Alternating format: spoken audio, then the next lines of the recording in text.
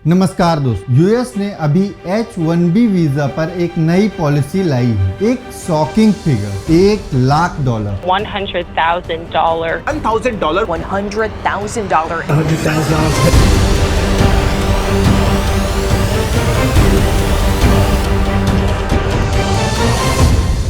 हमारे Indian currency में 88 लाख रुपए की फी पर न्यू पिटीशन। ये सिर्फ एक वीजा पॉलिसी का बदलाव नहीं है, बल्कि पूरे ग्लोबल टेक इंडस्ट्री का पावर इक्वेशन शिफ्ट कर सकता है। आज हम देखेंगे शुरू से H-1B है क्या, कौन बनाया, क्यों बना, किसको ज्यादा फायदा है, किसको नुकसान है, अब नए रूल के पीछे क्या कारण है, और सबसे इम्पोर्टेंट इसका असर भारत पर क्या पड़ने वाला है। H-1B एक नॉन इमिग्रेंट वीजा है जिसके थ्रू अमेरिका कंपनीज को स्किल्ड फॉरेन वर्कर्स हायर करने का ऑप्शन मिलता है। ये mainly IT, engineering, health care, data science जैसे स्पेशलिटी ऑक्यूपेशंस के लिए होता है। ये 1990 में इंट्रोड्यूस हुआ जब यूएस इकोनॉमी को टेक बूम के लिए ग्लोबल टैलेंट चाहिए था। इस प्रोग्राम का सबसे ज्यादा बेनिफिट यूएस के बड़े टेक जाइंट्स और इंडियन आईटी इंडस्ट्री को मिला। इन्फोसिस, टीसीएस, विप्रो जैसी कंपनीज ने H-1B के थ्रू लाखों इंजीनियर्स को ऑन साइट भेजा और इंडियन टैलेंट ने सिलिकॉन वैली को लिटरली बिल्ड किया। कंपनीज को चीप लेबर्स मिल रही थी और इंडियंस को ग्लोबल एक्सपोजर। अब सितंबर 2025 में यूएस ने अनाउंस किया नए H-1B पिटीशन के लिए $1 लाख यानी इंडियन रुपीस में 88 लाख रुपए। इसका इंपॉर्टेंट पॉइंट ये है कि सिर्फ नए एप्लीकेशन के लिए है। जो ऑलरेडी H-1B होल्डर्स हैं उनके रेन्युअल्स या ट्रेवल पर ये अप्लाई नहीं होगा, लेकिन इसका साइकोलॉजिकल इम्पैक्ट बहुत बड़ा देखा गया है। जब ये अनाउंसमेंट हुई तुरंत बिग कंपनीज जैसे माइक्रोसॉफ्ट, JP मॉर्गन अपने H-1B एम्प्लॉइज को अलर्ट कर दिया। अननेसेसरी ट्रेवल्स बिल्कुल बंद कर दो, अगर बाहर हो तो वापस आ जाओ। इस पैनिक से क्लियर हो गया है कि सिस्टम कितना अनस्टेबल हो चुका है।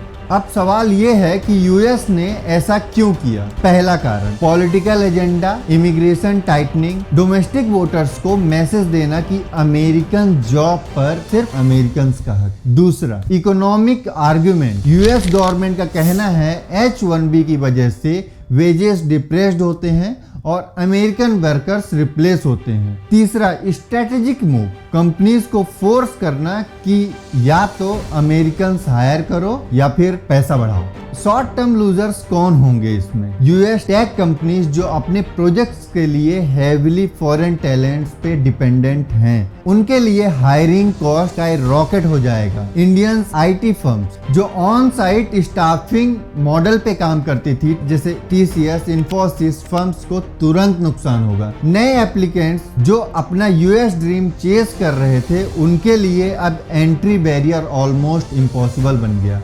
लेकिन हर क्राइसिस एक अपॉर्चुनिटी भी होती है। विनर्स कौन हो सकता है? रिमोट वर्क और ऑफ शोरिंग हब्स अगर ऑन साइट भेजना इतना कॉस्टली हो गया तो यूएस कंपनीज कहेंगी कि ठीक है भैया, इंडिया से ही काम करा लो, मतलब इंडिया में ही डिलीवरी सेंटर्स, और जॉब्स भी बढ़ सकती हैं। इंडियन स्टार्टअप और टैलेंट इकोसिस्टम, कुछ लोग H-1B की वजह से यूएस जाने वाले थे, अब शायद इंडिया में ही रहकर अपनी कंपनीज बनाएंगे। क्या सिर्फ भारत को लॉस है? शॉर्ट टर्म में हाँ, भारत को नुकसान है क्योंकि अब ऑन साइट प्रोजेक्ट्स डिले होंगे, नए ग्रेजुएट्स के लिए अपॉर्चुनिटी कम हो जाएंगी और फैमिलीज जो माइग्रेट करने वाली थी उनका प्लान रुक गया।